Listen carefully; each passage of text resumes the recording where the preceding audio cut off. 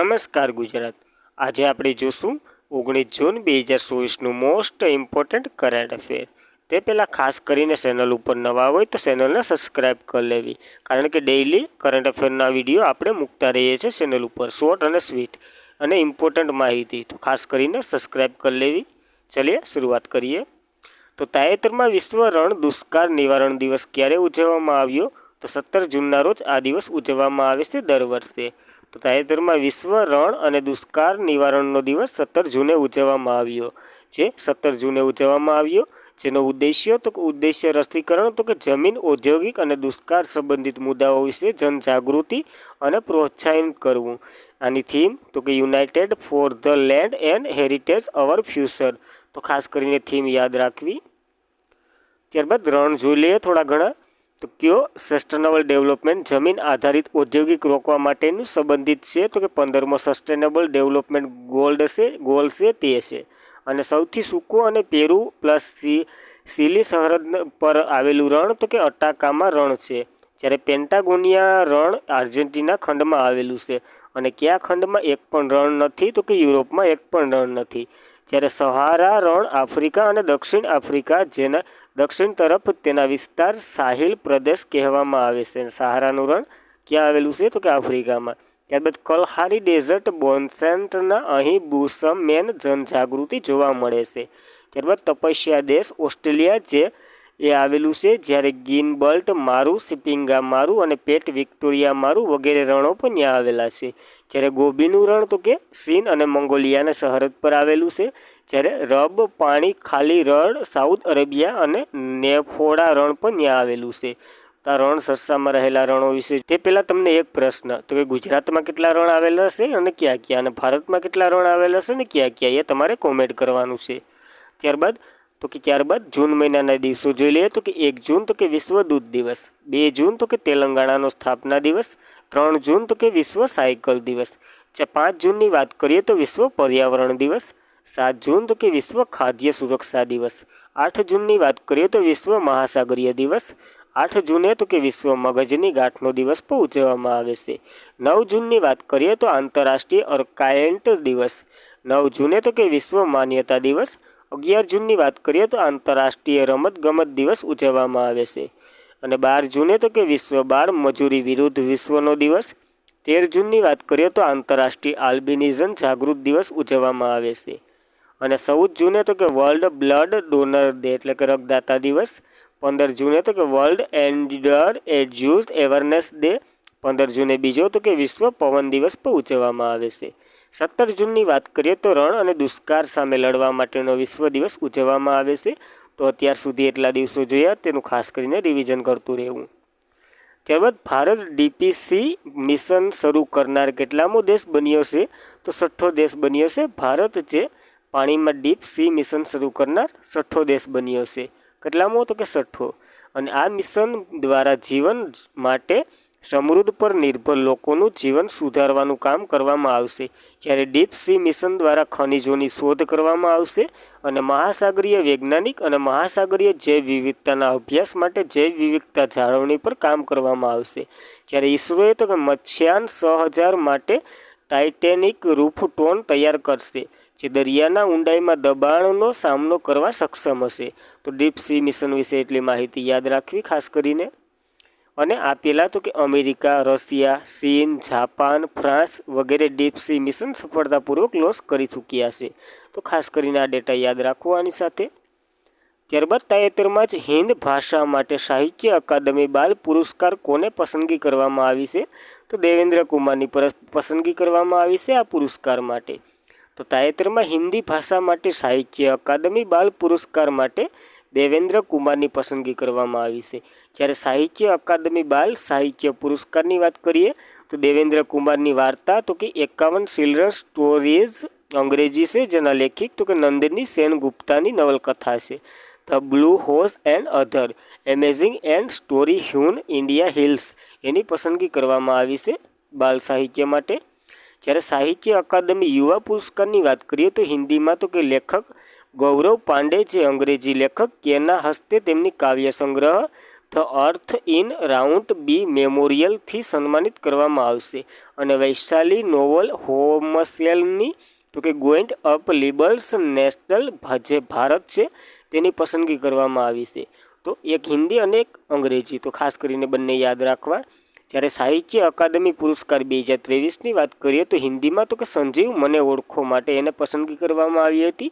અને અંગ્રેજીમાં તો કે જાગ રાનકી માટે તો કે મૌલવ શરણ ગોરની પસંદગી કરવામાં આવી હતી. તો ખાસ કરીને આ બે ડેટા 2023ના યાદ રાખવા.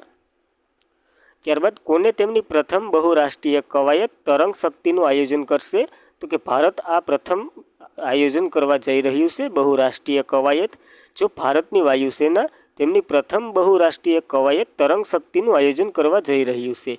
જો કોણ? તો કે ઇન્ડિયન એરફોર્સ દ્વારા તરંગ શક્તિ વ્યાયામની શરૂઆત કરવા જઈ રહ્યું છે, જે 2 તબક્કામાં યોજાશે. પ્રથમ તબક્કો તો કે દક્ષિણ ભારતમાં યોજાશે અને બીજો તો કે પશ્ચિમ ક્ષેત્રમાં યોજાશે.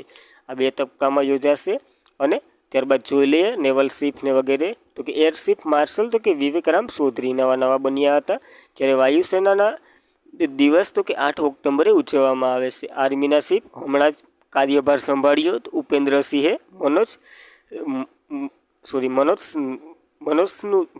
મનોજ પાંડેનું સ્થાન લીધું છે. જ્યારે નેવલ શિપ તો કે દિનેશ કુમાર ત્રિપાઠી છે. તો ખાસ કરીને એટલા શિપો યાદ રાખવા. ત્યારબાદ બધી જ ચક્રવાતો જોઈ લઈએ. એક આવી થયો રણ ચક્રવાત એટલે કે કવાયતો જોઈ લઈએ. તો કે રણ ચક્રવાતની વાત કરીએ તો ભારત અને યુએઈ વચ્ચે થાય છે. રાજસ્થાનમાં તેનું આયોજન થયું હતું. સહયોગ કજીગની વાત કરીએ તો ભારત અને જાપાનમાં ચેન્નાઈમાં યોજાઈ હતી. અથુથૈયા ભૂતપૂર્વની વાત કરીએ તો ભારત અને થાઇલેન્ડમાં. જ્યારે ચક્રવાત EXની વાત કરીએ તો ભારત અને ઇજિપ્તમાં આયોજન. ડેઝર્ટ ભૂતપૂર્વની 11મી આવૃત્તિ તો કે ભારત અને કઝાકિસ્તાન.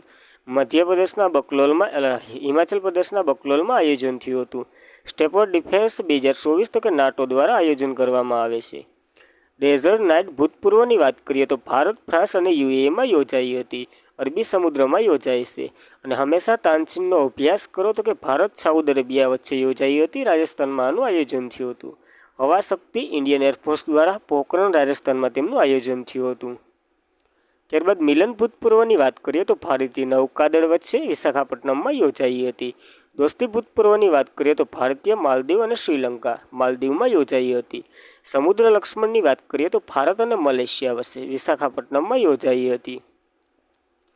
જ્યારે સી ડિફેન્સ ભૂતપૂર્વની વાત કરીએ તો ભારત અને US વચ્ચે પ્લોટ બેયર આંદામાન નિકોબારનું કેપિટલ છે ત્યાં યોજાઈ હતી.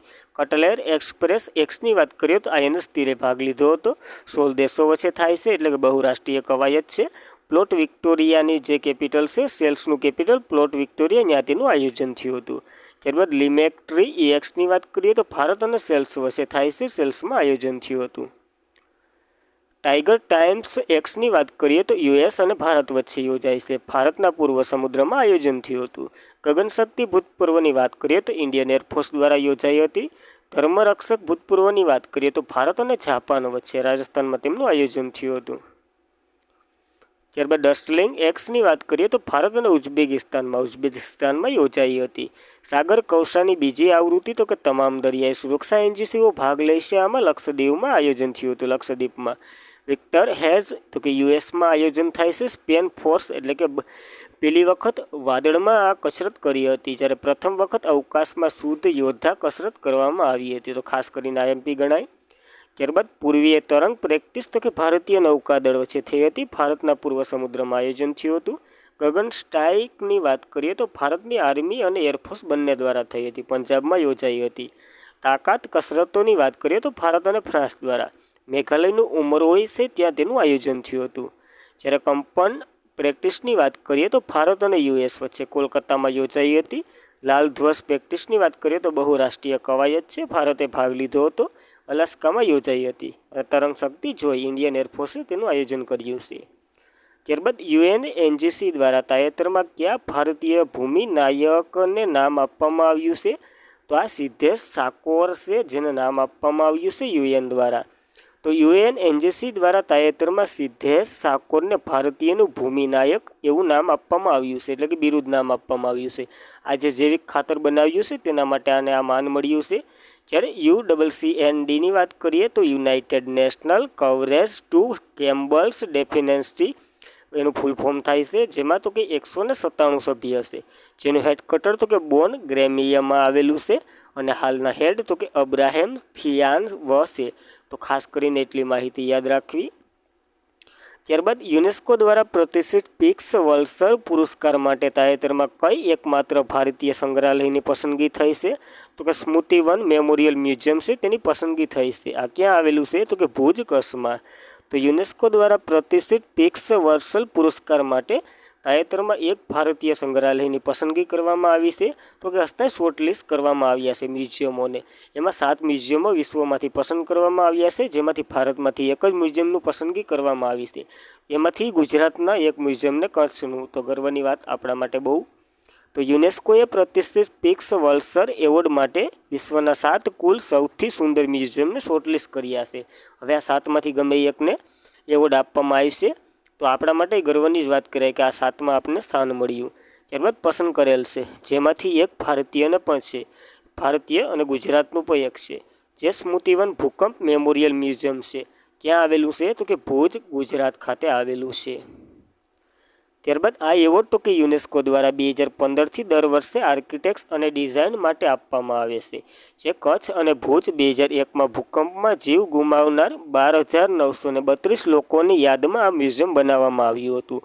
ક્યારે? તો કે વડાપ્રધાન મોદીએ 28 ઓગસ્ટ 2022ના રોજ આ મ્યુઝિયમનું ઉદ્ઘાટન કર્યું હતું, ત્યારે આપણે જોયું હતું. તો ખાસ કરીને યાદ રાખવું આટલું. ત્યારબાદ યુનેસ્કોની વાત કરીએ તો united national education, scientification and culture organisation તેમનું ફૂલ ફોર્મ થાય છે. તેમની રચના તો કે 1945માં થઈ. તારીખ કઈ હતી એ તમારે કોમેન્ટ કરવાની છે. એનું હેડક્વાર્ટર તો કે પેરિસ, ફ્રાન્સ ખાતે આવેલું છે અને હાલના ડીજી તો કે એન્ડ્રી ઓવેલે સેજ ફ્રાન્સના છે. ત્યારબાદના થોડાક જોઈ લઈએ આવા મ્યુઝિયમો સરસામાં રહેલા. તો તમિલનાડુમાં થુથુકોડી જિલ્લામાં આદિસલાનુર પ્રથમ એન્સાઇડ મ્યુઝિયમ બની રહ્યું છે, જ્યારે અયોધ્યા ઉત્તર પ્રદેશ મંદિર મ્યુઝિયમ બનાવવામાં આવી રહ્યું છે. નવી દિલ્હીમાં ભારત બનશે વિશ્વનું સૌથી મોટું મ્યુઝિયમ, જે યુગીન ભારત નેશનલ મ્યુઝિયમ એવું નામ આપવામાં આવ્યું હતું. જ્યારે હરિયાણાના રાખીગઢીમાં હડપ્પીયન સંસ્કૃતિનું સૌથી મોટું મ્યુઝિયમ બનવા જઈ રહ્યું છે. ઇસરોએ તેમનું પ્રથમ વેર્ચ્યુઅલ સ્પેસ મ્યુઝિયમ કયા નામથી લોન્ચ કર્યું છે? તો કે સ્પાર્કથી લોન્ચ કર્યું છે. જ્યારે દેશનું પ્રથમ ફિશ મ્યુઝિયમ બનાવવામાં આવશે અરુણાચલ પ્રદેશમાં. ભારતીય સેનાએ પશ્ચિમ બંગાળમાં દેશનું બીજું સબમરીન મ્યુઝિયમ બનાવવામાં આવશે, જ્યારે દેશનું પ્રથમ અને વિશ્વનું બીજું એન્ટી મ્યુઝિયમ તો કે ઇન્દોરમાં બનવા જઈ રહ્યું છે. અને ભારતનું પ્રથમ ડિજિટલ ફૂડ મ્યુઝિયમ ખુલ્લું મૂકવામાં આવશે તમિલનાડુના તંજાવુરમાં. ત્યારબાદ તો કે ભારતનું પ્રથમ મજૂર ચળવળ મ્યુઝિયમ તો કે અલ્પાંજા, કેરળમાં ખુલ્લું મૂકવામાં આવશે. અને ભારતનું પ્રથમ મેરીટાઈમ મ્યુઝિયમ તો કે ગુજરાતના લોથલમાં ખુલ્લું મૂકવામાં આવશે. આ પ્રશ્નની તમને ખબર હોય તો ખાસ કરીને કોમેન્ટ કરવી, અને નવો પ્રશ્ન તમને જાણવા મળ્યું હોય, કંઈ નવું જાણવા મળ્યું હોય તો લાઇક કરવી વિડીયોને. ત્યારબાદ ભારતનું પ્રથમ ઓપન રોક મ્યુઝિયમ હૈદરાબાદમાં ખુલ્લું મૂકવામાં આવશે. દેશનું પ્રથમ કોન્ટ્રોગ્રાફી મ્યુઝિયમ ઉદ્ઘાટન તો કે મસૂરી, ઉત્તરાખંડમાં થયું હતું. જ્યારે ભારતનું પ્રથમ ઓપન મ્યુઝિયમ તો કે શહીદ પાર્કનું ઉદ્ઘાટન તો કે નવી દિલ્હી ખાતે કરવામાં આવ્યું હતું. અને આંતરરાષ્ટ્રીય સંગ્રહાલય દિવસ તો કે 18 મેના રોજ ઉજવવામાં આવે છે. જ્યારે લખનઉ દેશનું પ્રથમ નેવલ બેવલ મ્યુઝિયમ બનાવવામાં આવશે. અને ભારતમાં યુનેસ્કો એમ્બેસેડર એરિટી ગાસિટને જે અરુણાચલ પ્રદેશના છે તેને પસંદગી કરવામાં આવી હતી, અને જે સિયાન જિલ્લા પાટીખાત ખાતે એશિયાના બીજા museum the hump world war સેકન્ડનું ઉદ્ઘાટન કર્યું હતું આઈએ. તો ખાસ કરીને આ ડેટા યાદ રાખવો. ત્યારબાદ દેશમાં પ્રથમ ડિજિટલ નેશનલ મ્યુઝિયમ તો કે શિલાન્યાસ ક્યાં કરવામાં આવ્યો હતો? તો કે હૈદરાબાદ ખાતે. અને વિશ્વનું પ્રથમ હસ્તપ્રત સંગ્રહાલય ક્યાં ખોલવામાં આવશે? તો કે તિરુવનંતપુરમમાં.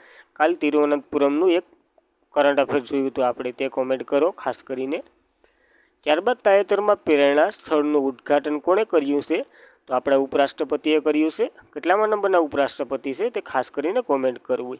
તો તાજેતરમાં પ્રેરણા સ્થળનું ઉદ્ઘાટન તો કે ઉપરાષ્ટ્રપતિએ કરી છે. જે ઉપરાષ્ટ્રપતિ તો કે જયદીપ ધનખડ, જે સંસદ ભવન સંકુલમાં પ્રેરણા સ્થળનું ઉદ્ઘાટન કર્યું છે. તો આ પ્રેરણા સ્થળ છે શું, તેના વિશે માહિતી લઈ લઈએ. તો કે જ્યાં સંસદ સંકુલના વિવિધ ભાગોમાં સ્થાપિત મહાત્મા ગાંધી, બી.આર. આંબેડકર વગેરેની પ્રતિમા સહિત સ્વાતંત્ર્ય સેનાનીઓની 15 જેટલી પ્રતિમાઓ છે જે ભારતીય ઇતિહાસની પ્રતિમાઓ લાવવામાં આવી છે અને એક જગ્યાએ ટ્રાન્સફર કરવામાં આવી છે. ત્યાં જ એને શું નામ તો કે પ્રેરણા સ્થળ કહેવામાં આવે છે. તો ખાસ કરીને પ્રેરણા સ્થળ યાદ રાખવું. ત્યારબાદ તાજેતરમાં યુક્રેન પીસ સમિટનું આયોજન ક્યાં કરવામાં આવી રહ્યું છે તો કે સ્વિટ્ઝરલેન્ડમાં કરવામાં આવી રહ્યું છે. તો તાજેતરમાં જ યુક્રેન પીસ સમિટનું આયોજન તો કે સ્વિટ્ઝરલેન્ડમાં થયું છે, જેમાં તો કે ભારત તરફથી પવનકુમાર ભાગ લેવા ગયા હતા. રશિયા માટે કર્યું હતું પણ રશિયાને આમંત્રણ જ નહોતું આપ્યું. કેવી અફસોસની વાત કહેવાય છે. અને ચીનને આમંત્રણ આપ્યું હતું પણ ચીન ગયું નહોતું. તો ખાસ કરીને રશિયાને યાદ રાખવું, ચીન યાદ નહીં રહે તો ચાલશે. ત્યારબાદની આવી સમિટો જોઈ લઈએ તો કે એઆઈ સુરક્ષા એસકે એટલે કે સાઉથ કોરિયામાં સિયોલ પર બીજી કોન્ફરન્સ યોજાઈ ગઈ અને વર્લ્ડ ફ્યુચર એનજીસી સમિટ તો કે યુએઈમાં યોજાઈ ગઈ. જ્યારે વર્લ્ડ સસ્ટેનેબલ ડેવલપમેન્ટ સમિટ તો કે એનડીમાં નવી દિલ્હી ખાતે, પ્રથમ ન્યુક્લિયર એનજીસી સમિટ તો કે બેસલેરમાં યોજાઈ. જ્યારે 9મો રાયસીના ડાયલોગ નવી દિલ્હી ખાતે યોજાયો હતો અને પ્રથમ digital India future scheme summit તો કે ગુવાહાટીમાં યોજાઈ હતી. 7મી હિન્દ મહાસાગરીય પરિષદ પર્થ ઓસ્ટ્રેલિયામાં યોજાઈ હતી. જ્યારે વર્લ્ડ ગવર્નમેન્ટ સમિટ 2024 તો કે દુબઈમાં અને ભારત 2024માં 43મી આવૃત્તિ માટે યુનેસ્કો વર્લ્ડ હેરિટેજ સમિતિની અધ્યક્ષતા કરી રહ્યો છે. હાલે ભારત પાસે આ અધ્યક્ષતા છે. જ્યારે ગાંધીનગરમાં vibrant Gujarat global tech show યોજાયો હતો. તો ખાસ કરીને એટલી. ત્યારબાદ ફરીદાબાદમાં 9મો આંતરરાષ્ટ્રીય વિજ્ઞાન મહોત્સવ યોજાયો હતો અને 27મો રાષ્ટ્રીય યુવા ઉત્સવ તો કે નાસિક ખાતે યોજાયો હતો. જ્યારે પ્રથમ ભારતીય સ્કીમ બોઇલ્ટર એક્સપો તો કે ગુવાહાટીમાં યોજાયો હતો. તો ખાસ કરીને આ સમિટો બધી યાદ રાખવી. ત્યારબાદ તાજેતરમાં કયા દેશે ઇજિપ્ત સાથે હાઇપરટેક્સર કેમેરા બનાવવા માટે ચીનના સાંગે 7 મિશનમાં જોડાયું છે? તો કે ઇજિપ્ત એક તો જોડાયો, તેની સાથે બહેરીન પણ જોડાયો છે ચીનના સાંગ 7 મિશનમાં. તો તાજેતરમાં બહેરીન દેશ અને ઇજિપ્ત બંને સાથે હાઇપર સ્પેસ કટક કેમેરા બનાવવા માટે ચીનના સાંગ 7 મિશનમાં જોડાયા છે. આનો ઉદ્દેશ્ય ચંદ્ર ઉપર જવાનો માણસ સાથે તો કે 2030નો છે. આપણો ક્યારનો છે? નરેન્દ્ર મોદીએ જ્યારે એલાયન કર્યું હતું એટલે કે જાહેરાત કરી હતી ત્યારે આપણે મોઢું ફાડીને બોલ્યા હતા કે એટલી છે. તો ખાસ કરીને કોમેન્ટ કરો. ત્યારબાદ બહેરીનની વાત કરીએ તો તેમનું કેપિટલ મનામા છે અને ચલણ તો કે દિનાર છે. ઇજિપ્તની વાત કરીએ તો તેમનું કેપિટલ કૌરો છે અને ઇજિપ્ત પાઉલ તેમનું ચલણ છે. તો ખાસ કરીને એટલું યાદ રાખવું. ત્યારબાદ તાજેતરમાં મહિલા સ્વિમિંગમાં નવો વર્લ્ડ રેકોર્ડ કોણે બનાવ્યો છે? તો કે એરિયન ટિન્ટમ્સને બનાવ્યો છે. તો અહીંયા ટાઈમિંગમાં થોડોક સુધારો કરી અને રેકોર્ડ પોતાને નામે કર્યો છે. તો ટાઈમિંગ આપણે આજ નથી રાખવાનું. કોને બનાવ્યો છે? તો કે એરિયન ટિન્ટમન્સે બનાવ્યો છે. ટાઈમની બદલે ટિન્ટમન્સ યાદ રાખવું તો યાદ રહી જાય. મહિલાએ સ્વિમિંગ પુલમાં બનાવ્યો છે. તો ખાસ કરીને એટલી ડિટેલ યાદ રાખવી. તો આજનો વિડીયો કેવો લાગ્યો તે ખાસ કરીને કોમેન્ટ કરો. વિડીયોને લાઇક કરો, સબસ્ક્રાઈબ કરો ચેનલને અને બેલ આઇકોન ઓન રાખો. જ્યારે વિડીયો અપલોડ થાય તો તમને નોટિફિકેશન મળી જાય. જય હિન્દ, જય ભારત.